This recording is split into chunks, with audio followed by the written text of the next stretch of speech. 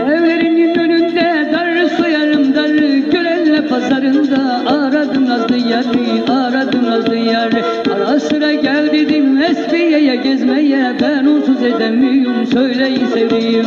Ara sıra gel dedim Görelle'ye gezmeye, ben onsuz edemiyorum söyleyin hürriyem.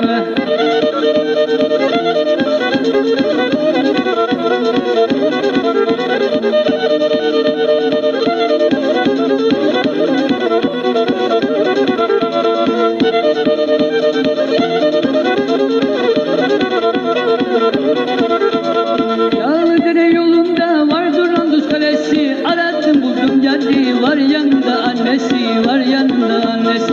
Ara sıra gel dedim Esfiye'ye gezmeye, ben onsuz edemiyorum söyleyin sevdiğim. Ara sıra gel dedim Esfiye'ye gezmeye, ben onsuz edemiyorum söyleyin sevdiğim.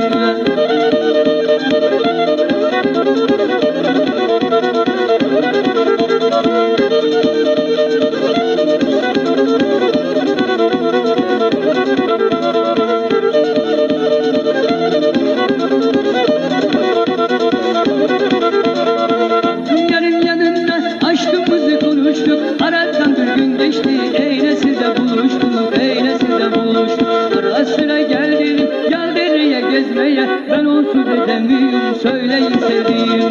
Ara sıra gel dedim Esfiye'ye gezmeye, ben onsuz edemiyorum söyleyin sevdiğim.